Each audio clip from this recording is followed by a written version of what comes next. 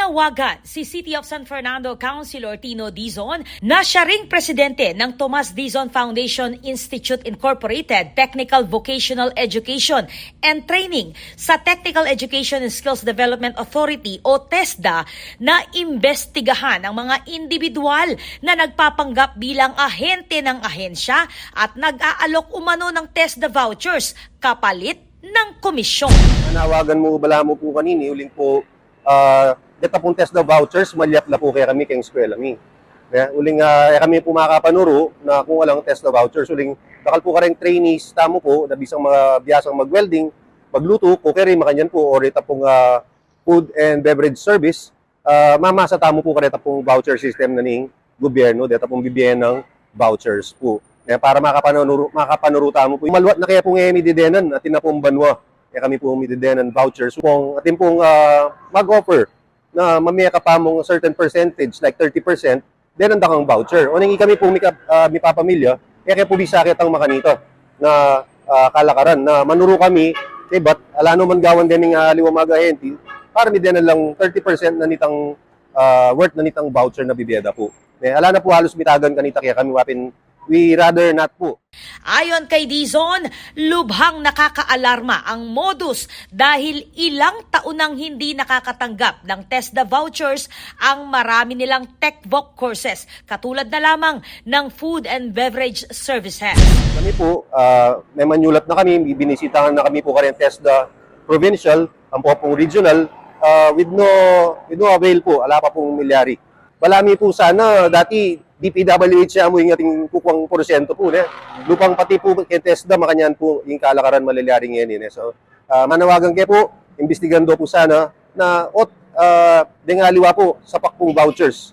Diyan naman po ngaliwa, kalupami po, ala kami pong voucher. To the point na di kami na pong sariling ginastos menuro. Kareta pong estudyante mi, uling ating kami mo rin pong skwelang senior high school. Pero mila po dito for free. Danta mo po kami po mila ko lisensya kitang food and beverage mi po. Dahil dito, napilitan ng paaralan na magbigay ng libreng pagsasanay upang maiwasang maapektuhan ang kanilang lisensya at tuluyang huminto sa operasyon. Hindi mo po Fernandino, sila po din kaya kami po nga susopan. Kaya po distrito, 3rd district, asusopan mila po din estudyante basta ating kaya po sanang vouchers na kapwa. Aniya, mula pa noong 2016 ay patuloy silang nagbubukas ng iba't ibang technical vocational courses para sa mga kabalen na nais magkaroon ng kasanayan at trabaho. Sa phone patch interview, sinabi ni TESDA Pampanga Director Leonardo Pinlac na limitado ang pondo ng ahensya kaya ang mga vouchers ay ibinibigay lamang sa mga kwalipikadong training centers. Kabilang sa kwalifikasyon ang kumpletong pasilidad, may mga instructor at malinaw na training to trabaho na programa. Distribution ng ating scholarship allocation po ay unang-una sa TESDA po ay ginagamitan ng mga formula, no? Hangga't maaari, no, dahil sa medyo malitang budget, hangga't maaari po ay inilalatag po natin, no, sa mga kwalipikadong mga training centers, no, na rehistrado sa TESDA. Mariinding itinanggi ng TESDA na may kaugnayan ang mga nagpapanggap na ahente sa ahensya.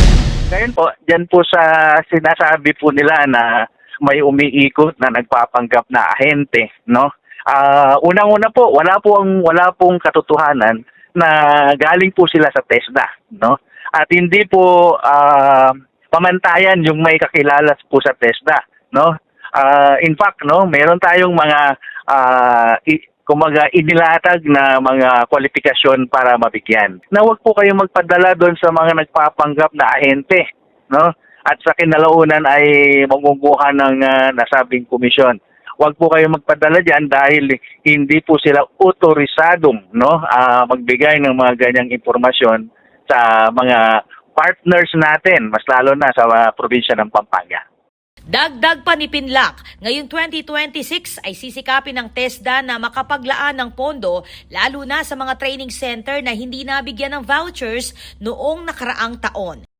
Kung sakaling hindi man sila nabigyan last year, yun po yung sisikapin po natin, no? Sa kaalaman po ng lahat ay kalilipat lang po ng inyong abang lingkod sa probinsya ng Pampanga last October 23. no? So, kung last year po yan ay hindi po namin hawak yung alokasyon, pero ngayong 2026 ay sisikapin po namin, no? At yan po yung ipinagbilin ng ating Secretary Kiko Benitez at ang ating Regional Director, no, si Attorney Balmerson Valdez, na hanggat maaari lahat po ng mga hindi nakatanggap last year ay sisikapin po namin, no, na mabigyan kahit papaano. Hinihikayat niya ang mga partner training schools na direktang magtungo sa TESDA office para sa proseso. Sa kasulukuyan, kabilang sa mga tinalakay sa ongoing TESDA conference ang alokasyon ng vouchers sa bawat lalawigan